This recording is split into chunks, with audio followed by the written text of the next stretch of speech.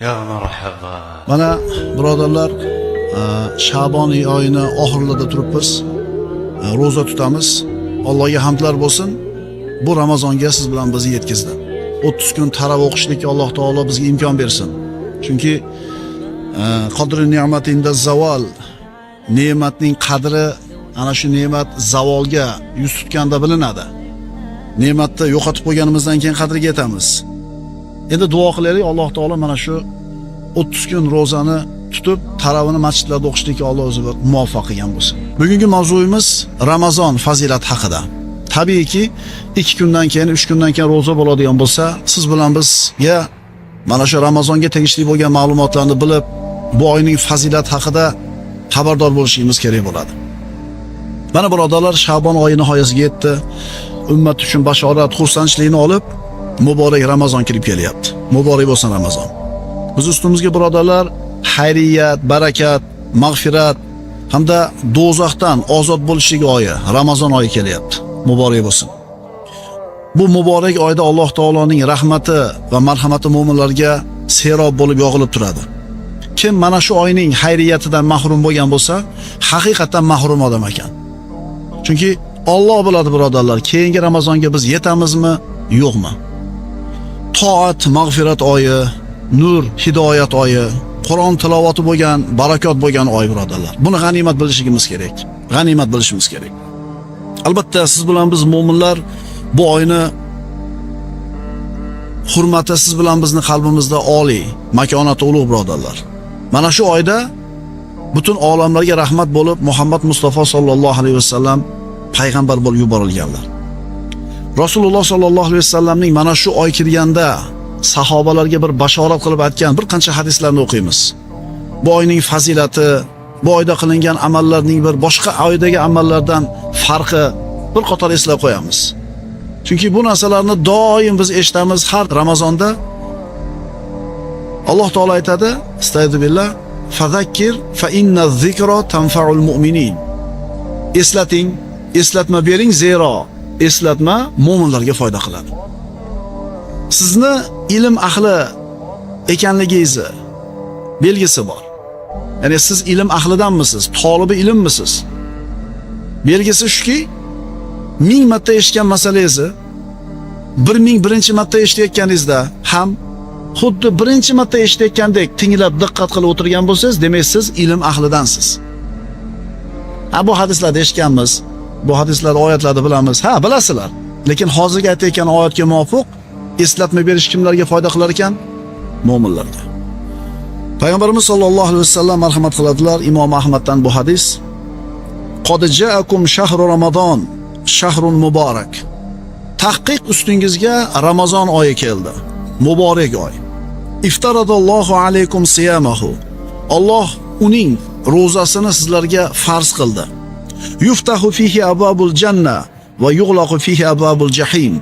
Bu oyda jannat eshiklari ochiladi. Jahannam eshiklari berkiladi. Va tughallu fihi shayatin.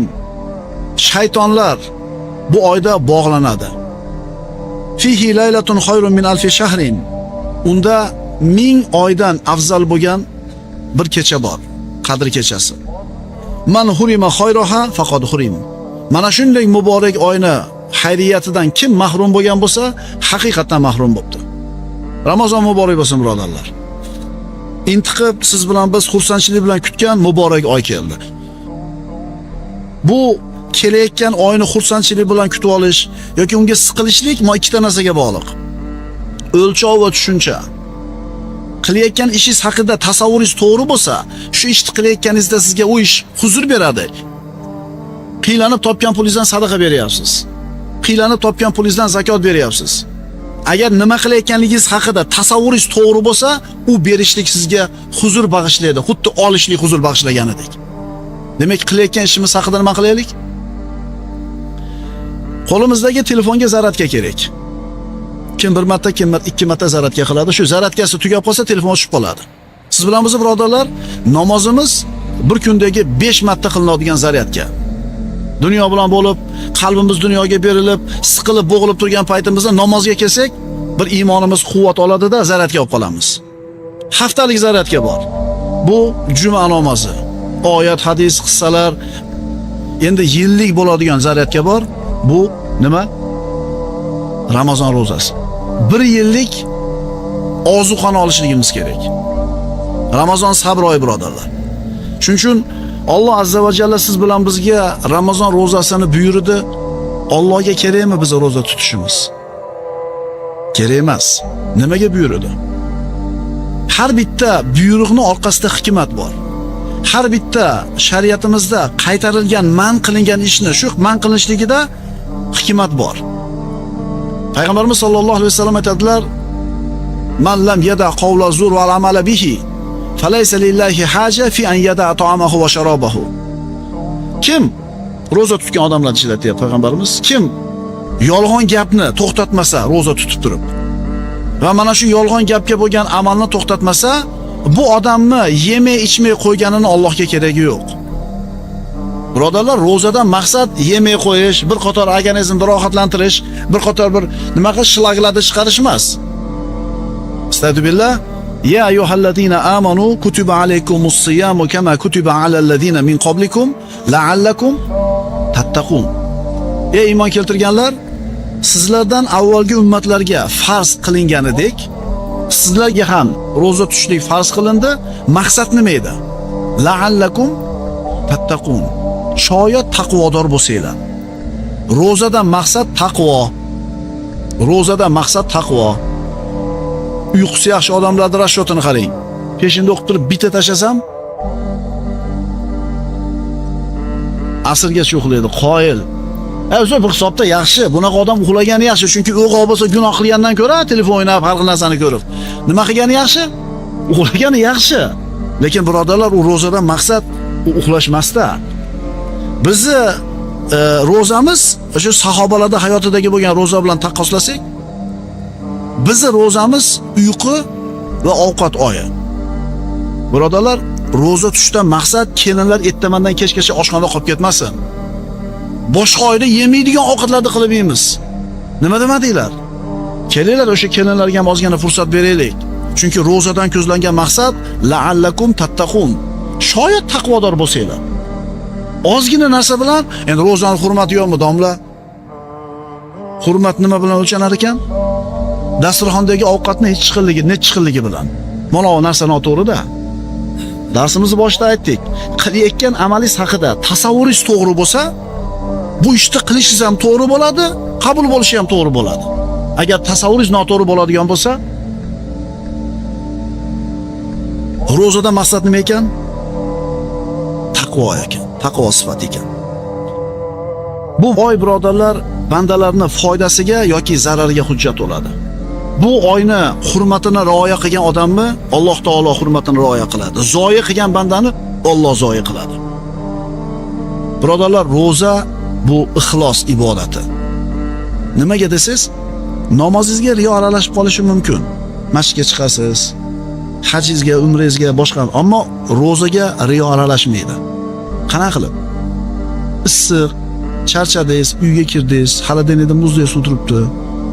Hech kim yo'q, eshik yopiq, xotin eshikda yuribdi, chanqagansiz. Aytingchi, nima to'sadi shu yerda sizni suv ichishdan? Muborak bo'lsin. Muborak bo'lsin. Alloh taolo iymonni beribdi. Hech kim ko'rmayapti-da. Mana shu ixlos bo'ladi.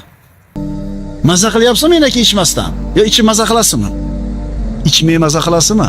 Demak, Ramazon ro'zasi nima ekan? Bu ixlos ibodat ekan. Alloh azza va jalla mana shu oylarni aylantirib, qachon issiqda, qachon sovuqda Ramazon oyini bizga yuborib sinaydi.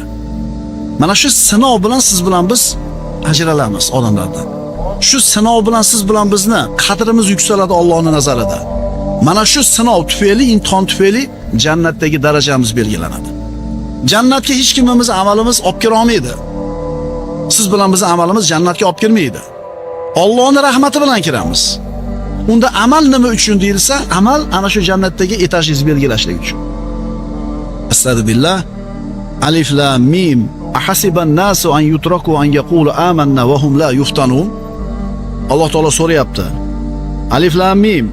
Odamlar iymon keltirdik deyishlari bilangina imtihon qilinmagan hollarida o'z holiga tashlab qo'yishini o'yladilarmi? Alloh seni sinaydi banda. Roza bilan, kasallik bilan sinov. Holbuki biz ulardan avvalgi kishilarni imtihon qilgan edik. Bas shu imtihon vositasida Alloh iymon keltirdi deb rost so'zlagan kishilarni ham, yolg'onchi kimsalarni ham bilur. Vulkanizatsiyada shu mashinani qidiryapti bo'lsa, peshinda o'qib qo'yamiz. Ro'paradagi do'konda 3 ta bir 50 da ustidagi akalar do'konda ochib, ko'k choyni qo'yib ichib o'tirishibdi. Mayli sahari bordir, yaxshi gumon qilamiz. Mayli shu doktor tomonidan tutmaydi degan mayli, lekin ro'zani hurmati yo'qmidi? Nagilayda shunday qo'yishib ichib o'tiribdi. Hamma kafelar yopiq. O'sha mana bu niqada tasavvur, tushuncha noto'g'ri. Ha, ichmoqdan kasallik bo'lsa, mayli shariat ruxsat beradi, ammo hurmatini qilib qo'y. Birodarlar, bu oy g'animat oy, bu shamoldek bulutdek tezda o'tib ketadi. Nafsini jilovlab tarbiyalab qolgan odam yutdi. Robbisini huzurida mana shu oy bandani foydasiga yoki zararligiga guvoh beradi. Alloh taolo mana shu Ramazonda ro'zasi bilan bandalarning azizligini yoki xor bo'lishligini tayinlaydi, belgilaydi. Bu oy bizning foydamizga yoki zararimizga hujjat bo'ladi. Ramazon keldi birodarlar, muborak bo'lsin.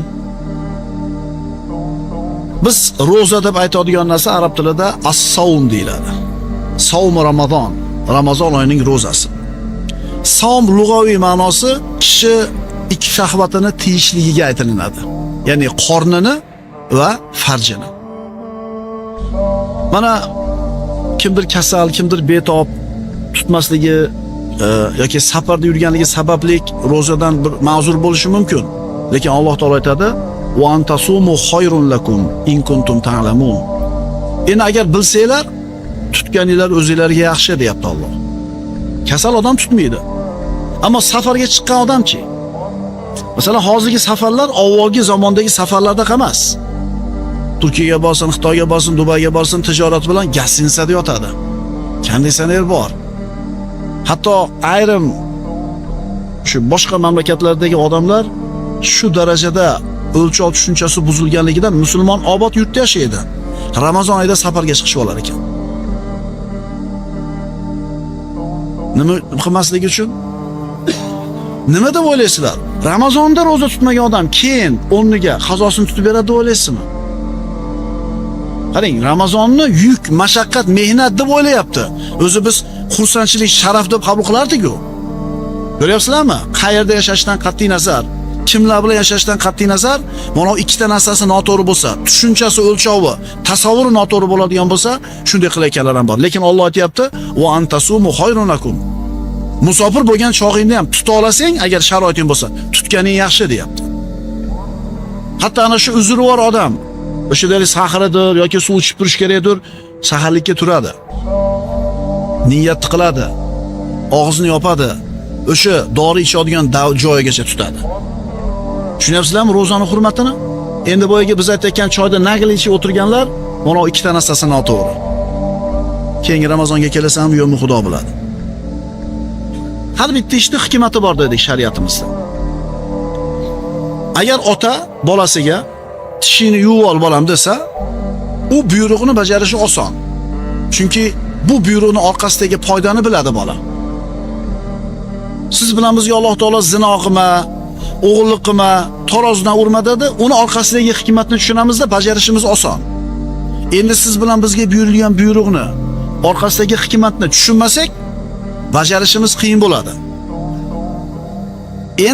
Endi ota bolasiga tishini yuv desa, orqasidagi foydasini tushungani uchun oson itoat qiladi.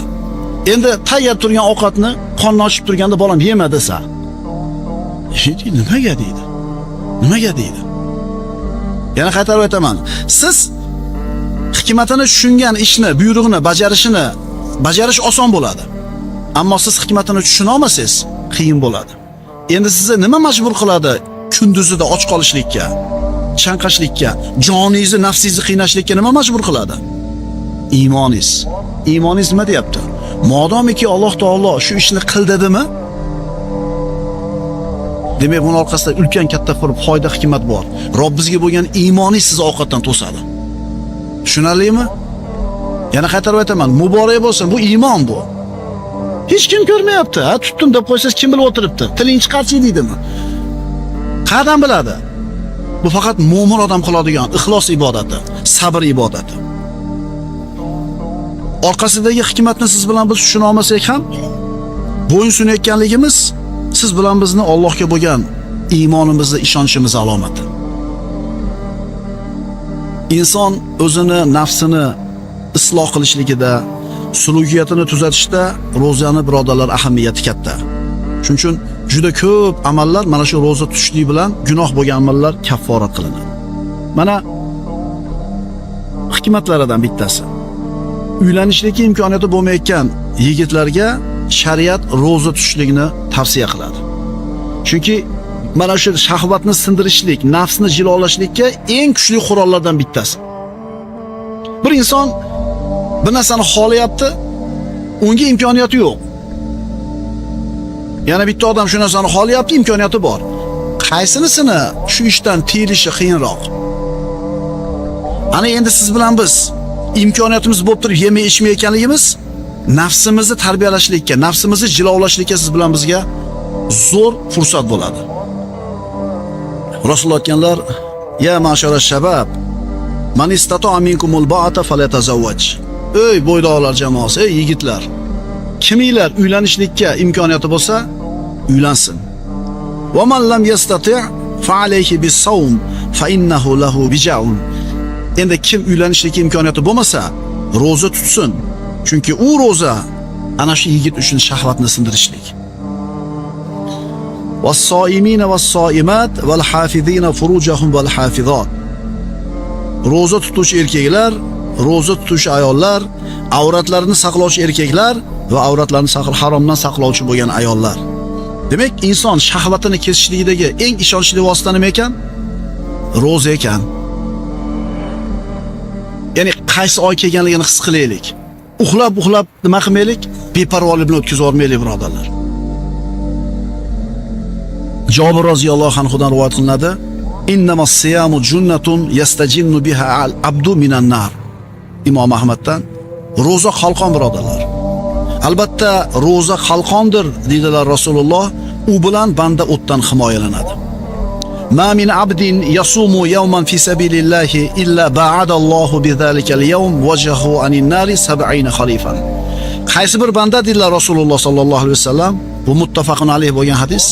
Alloh uchun bir kun ro'za tutsa, bir kun, ya'ni Alloh uchun Ramazonda bir kun ro'za tutsak, mana shu bandaning yuzini ana shu kun sababli 70 yilga do'zaxdan uzoqlashtiradi. Bir kuni 70 yilga. Sezon deymiz, ha? Nima deymiz? O'sha kiyim-kechak sotadiganga, masalan, dublonga sotadiganga kuz sezon, to'g'rimi, yo qishmi? Kuz. Chunki uje qishgacha olib bo'lgan bo'ladi-da. Yoki bo'lmasam yozgi kiyim sotadiganga sezon qachon? Bahor. O'sha sezonda olib qolaylik deydi. Mana shu sezonda olsak tom yopib qolamiz. Ya'ni g'animat biladi mana shu narsani. Ramazon mo'min uchun nima? Sezon. Ko'paytirilgan 70 ta. Bunaqa formula qayerda bor? Ro'zadorning savobi behisob qilib beriladi. Astagfirullah. Innama yuwaffas-sabiruna ajrahum bighayri hisob. Albatta, sabirlarning, ro'zadorlarning ajrlari hisob kitobsiz beriladi. Kullu amal ibn adama lahu illa as-siyam fa innahu li wa ana ajzi bihi. Hadis qarang bir go'zalligini. Alloh taolo aytayaptiki, odam bolasining hamma qilgan amali o'zi uchun. Faqat ro'zasi men uchun. Mana shu so'zga e'tibor beraylik. Namozingiz o'zingizga, sadaqangiz o'zingizga, zakotingiz o'zingizga, hajjingiz o'zingizga, o'zingiz uchun qilasiz. Faqat ro'zasi men uchun deyapti. Va mukofotini ham o'zim beraman deydi. Aytdi-ku, hech kim ko'rmaydi-da bu ro'zadorligingizni. Hech kim bilmaydi-da. Payg'ambarimiz